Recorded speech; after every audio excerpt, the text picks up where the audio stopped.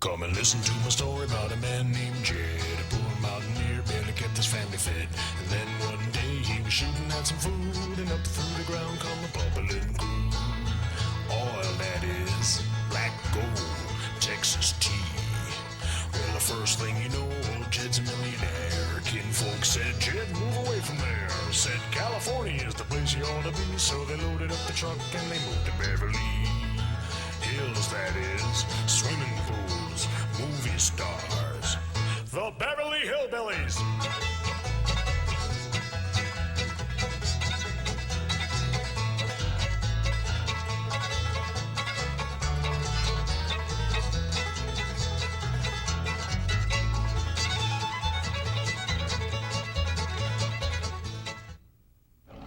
Well, howdy.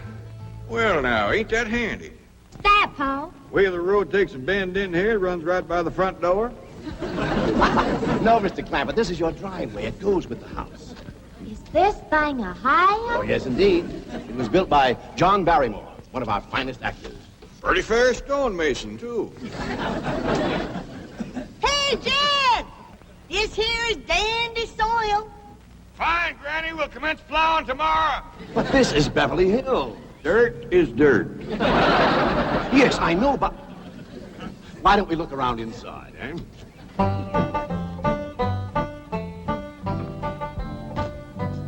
Well, here we are.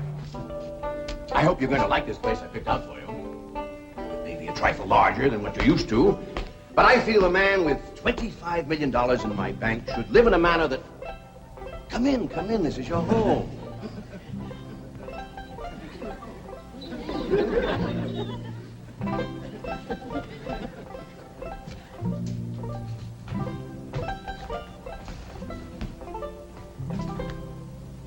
As I say, it may be a bit more than you're used to, but I'm sure you'll be comfortable.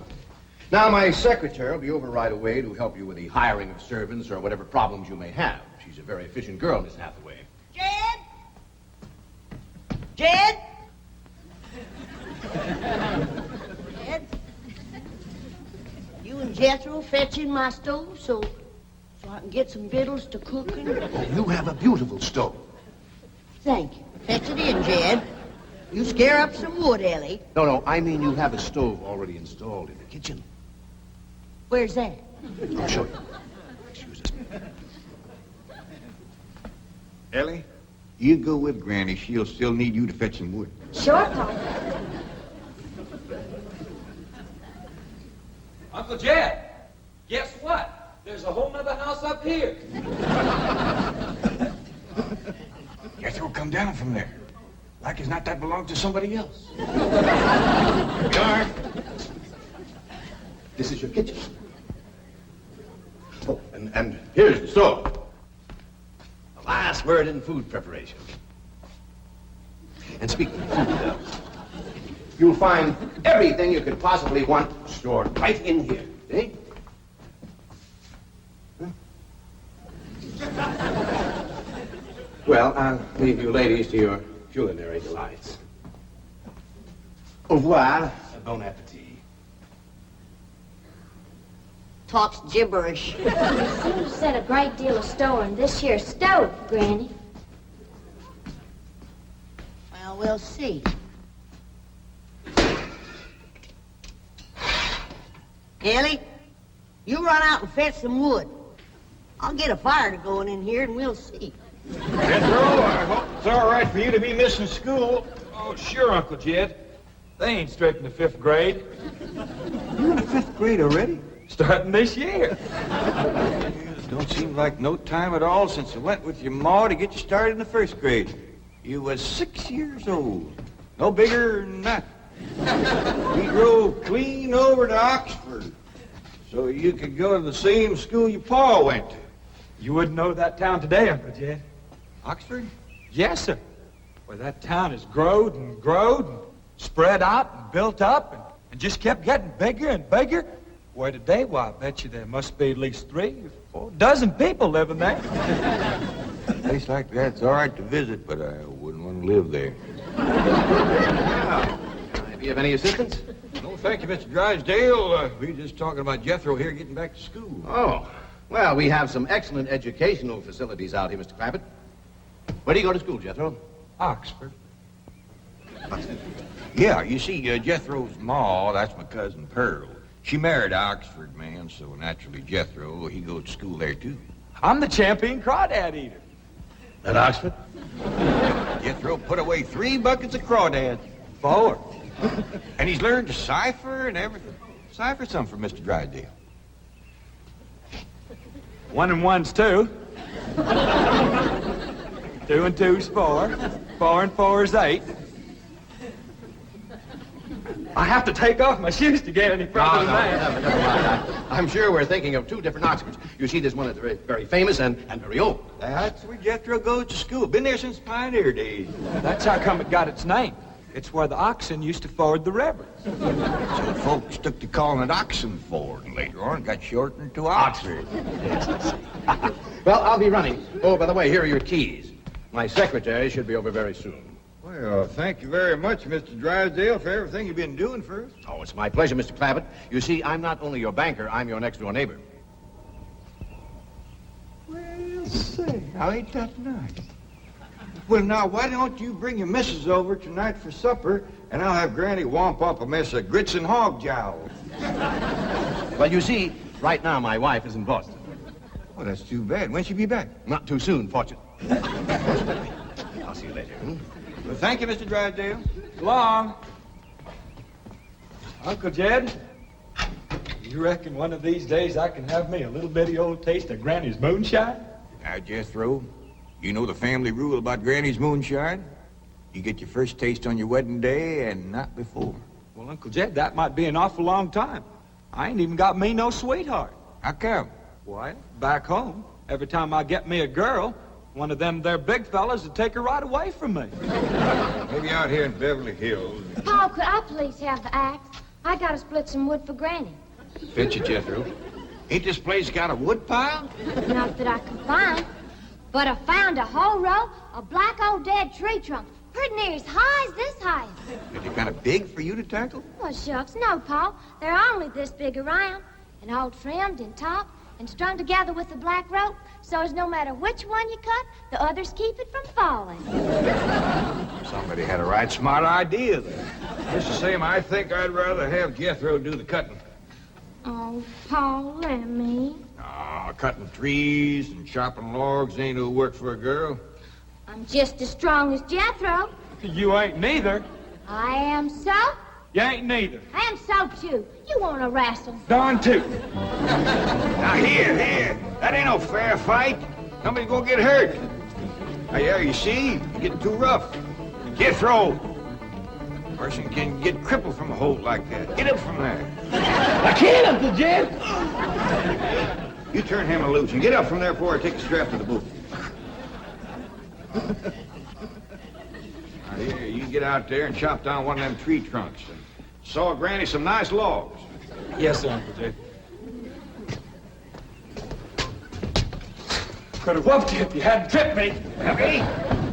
Come back here and sit down. I want to talk to you. Whoop them fair and square, and I'll do it again. You won't. That's what I want to talk to you about. Elly Mae, you're getting too big to wrestle with boys. I ain't as big as Jethro. Big that way, I mean, growed up. You're a young lady now. You gotta start minding your manners and fixing yourself up real nice and wearing dresses. Paul, folks would call me a sissy. It ain't sissy for girls to act like girls. You see, Elly, I raised you like a boy, and I was wrong to do it. I reckon every man liked to have a son, and you was my only young'un. And when your ma passed away, I just decided to turn you into a boy. By the time Granny come to help out, you was too wild to tame. By thunder, you could outrun, out-climb, out-fight, and out-shoot every boy in them hills. I still can, Paul. Yeah, but it ain't fitting. It ain't right for folks to go against nature. Now look at old Duke here. Reckon we could turn him into a cat? Of course not. That's right. Because nature made him into a dog. Just the same way nature made you into a girl. Here lately, she's getting more and more positive about it. You mean my years is grown? No, nothing like that. You're pretty. Oh, Paul. I know you don't like it when I say that, but you like it when the young fellas around here come in saying it, and they will. Only they'll probably be using words, fancy words I won't even understand. But Elly, me, ain't nobody can ever tell you how pretty you really are, except me. You're the living picture of your mom.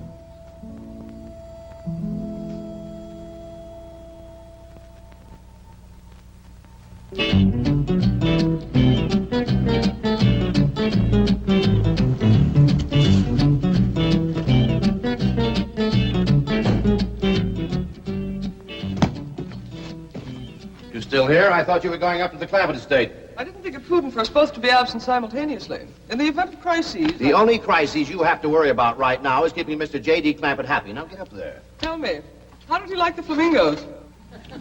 What flamingos? I thought pink flamingos around the swimming pool would add a rather elegant touch. Mr. Clampett is not a man educated to elegance. That will take time. Right now, there are more pressing problems. Of course, getting settled, the servant problem. Well, whatever they are, just get up there and solve them. Now, J.D. Clampett is this bank's largest depositor, and I'm making his satisfaction your responsibility. I accept the mantle of responsibility with which you have cloaked my shoulders. And I shall so conduct myself that if this great financial institution shall last 1,000 years, people will still say, this was their finest hour. Handy wood, all right. Got a lot of pitch and tar in it. Ought to burn real good. Yeah. That flimsy grate holds up. Granny, this is top of that tree trunk. You want I should split it up too? No, just leave it outside. Yes, sir. This place ain't even got a wood box. Yeah, folks don't need much wood out here. Remember what Pearl said? It don't get cold. Yeah, I remember. It might not get cold in the day, but it sure freezes solid at night. How you know? I'll show you how I know. Every bit of food in this here storage bin is froze harder than a rock. Yes. Look.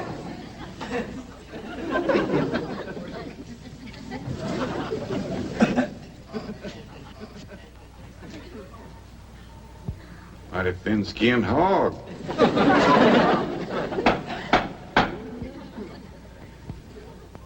But I'll be doggone. Take me 2 days to thaw out that ham before I can ever cook it.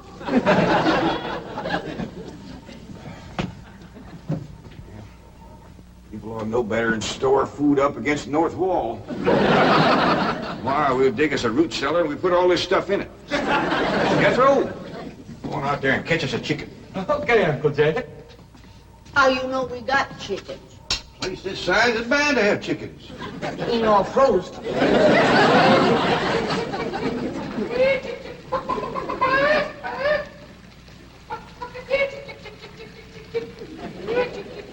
Chick, chick, chick, chick, chick, chick, chick.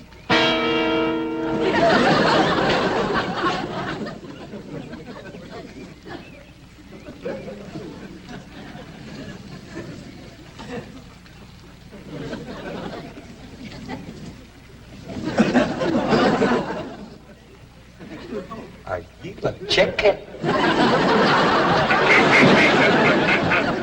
Here's that bucket. You want it? You take it, Elly. See if you can find a creek. I gotta have some water. Oh, pump on this place? It ain't even got a well. Uncle Jed. Yeah, boy. Did you find a chicken? I found something. I ain't sure if it's a chicken, a goose, a duck, or what. Where is it? I couldn't catch it. That thing can outrun a jackrabbit. There ain't no goose or duck. Must be a chicken. If it is, I was right about things growing bigger out here. That thing was this high. A chicken? Ah, Jethro. Honest, it's got legs this long. Dibby's on the drumstick. Drumstick ain't much. Whoever gets that neck is eating from now on. Commences here and runs plumb up to here. You ain't forgot what I said about Granny's jug of liquor. I ain't been to Granny's jug. You have your in first. Honest, cross my heart. Where'd you see this chicken? Down by the cement pond. Cement pond. Uncle Jed, that pond is the fanciest thing you ever did see. Why, they is steps. So as the cattle can walk right down into it and get a drink. And up at one end, there's a lady standing there made out of rock. And she's a-pouring water out of a jar right into that cement pond. Oh. Well, that's how come that big old pink chicken to get away from me. Flew right over the top of that there rock lady, landed in that pond, and swam like an otter. Just flapping them big old pink wings and hollered. What color did you say that chicken was? It's pink. Ain't I told you that stuff would stunt your growth? Miss Granny, I didn't touch a drop. You and me is going to the woodshed. Jethro, you swear to be telling the truth? So help me, Jefferson Davis. You take your hat off when you speak of the president. He ain't president no more. I'll have no Yankee talk in my kitchen. Now, Jethro, you and me is going back out there and corner that chicken. Granny, you get your fire to going. Elly Mae, you sweep up out front and keep your eyes open for that Miss Hathaway. I'm counting on her to take you in hand and get you in the right kind of clothes. Come on. Chicken.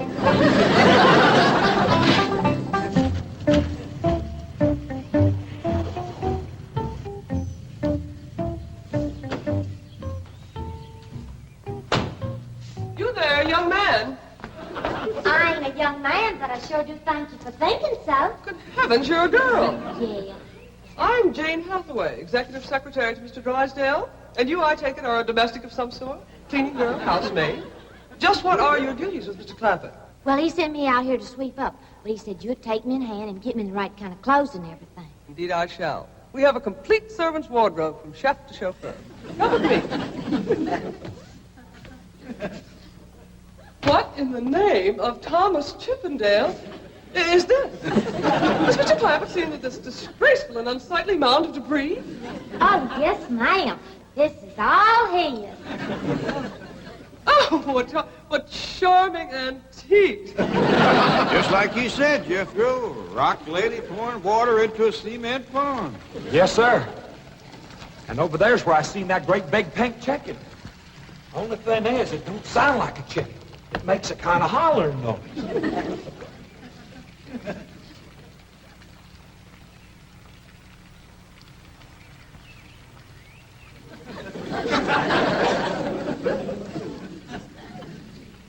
Reckon you'd make a hollering noise, too, if you was to lay egg like that. Man, oh, man. That's what I call an egg. And you won't have to worry about food now. Wait till she cooks this.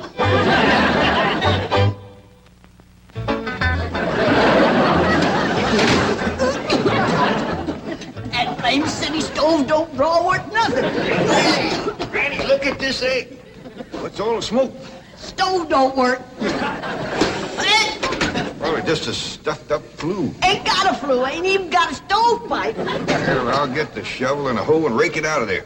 Here, you keep this egg.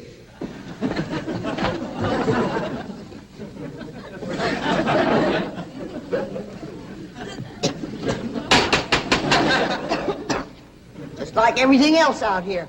Froze solid.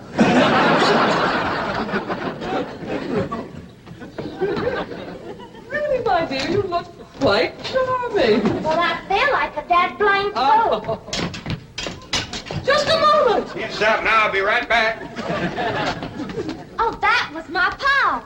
I take it he's a gardener. Oh, yes, ma'am. Pa just can't wait to commence gardening. Apparently.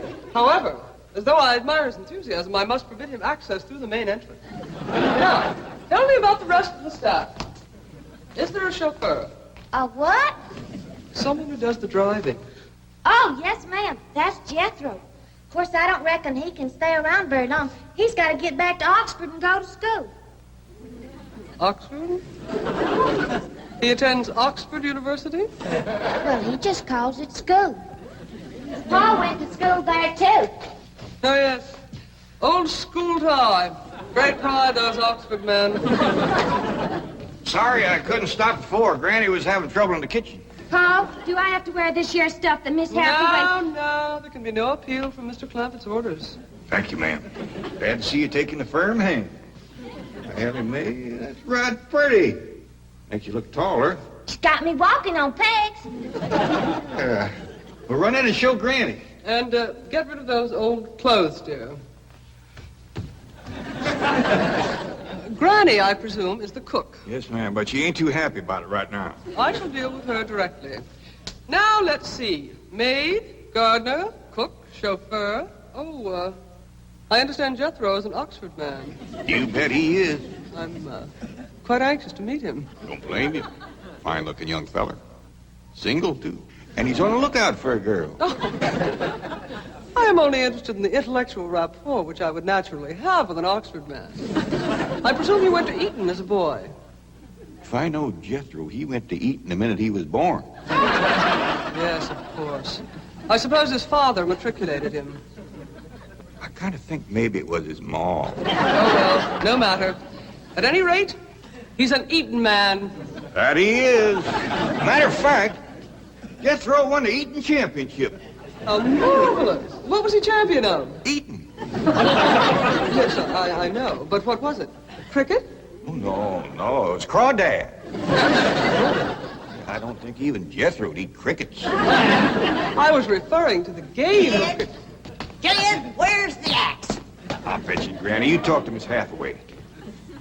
And just why does Cook need an axe? I've hit this with everything I could lay a hand to. I even whomped it with an iron skillet. You are supposed to hit it with a croquet mallet. All right, where is it? I don't think I'll tell you. There is a time for work and a time for play. Now then, what are we cooking for Mr. Clampett? Well, I don't know what you're cooking him, but if he wants any victuals for me, somebody better shoot a possum. Possum? You got a better idea? But of course, a nice big fluffy souffle. All right. You shoot it and you skin it. You don't even know what a souffle is. What kind of a cook are you? I'm a cook with a stove that don't draw, food that's froze solid, chickens that can't be caught, eggs that can't be broke, and a smart alecky city woman telling me my business. That's what kind of a cook I am. Mind your tongue, little woman. I can have your job. You sure can, and the sooner the better. Jethro's coming, and just wait till you see what he's got. Thank heaven. Now I can have an intelligent conversation. Look, Granny, I got that big chicken. I hope it ain't as tough as its egg. That is a flamingo. Oh, no, ma'am. That's my nephew, Jethro. Jethro, say hello to Miss Hathaway. I did, ma'am. This the big dangest chicken you ever did see. You go to school at Oxford? Yes, ma'am. I'm in the 5th grade. Stop bragging and wring that chicken's neck. Elly, babe! No, stop, you barbarians. Don't harm one feather of that beautiful bird. I've taken just about as much as I'm going to take from you. Yeah, Granny. Elly, you get the fire going under the big kettle outdoors. Young lady, where is your maid's uniform? I ain't going to work. Oh, yes, you are. No, I ain't. Oh, yes, you are, if I must subdue you forcefully. I wouldn't try that. Don't! Tried to tell you. Let me out. You trust me. I'll set on her, Elly. You get the fire to go. Now, here, Granny. Come on, let her up. Get off of her. You are discharged. All of you. Sacked. Fired. And you are the most incompetent, insubordinate, belligerent group of domestics it has ever been my misfortune. Hathaway! Ah, Chief. You're just in time to help me take disciplinary action. You're fired. I've already told them. Not them, you. These people are the Clampetts. Clampett? Yes, that's right. Now go back to the office and pick up your severance pay. You are through. Now, Mr. Drysdale, hold on a spell. I reckon there's been a kind of a misunderstanding. But this little lady's been a right big help to us. Why, she fit in just like one of the family.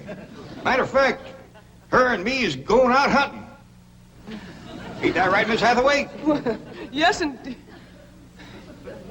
Yeah. Jethro, you can take that pink chicken back out to the cement pond. We're going out and shoot us a nice big fluffy souffle.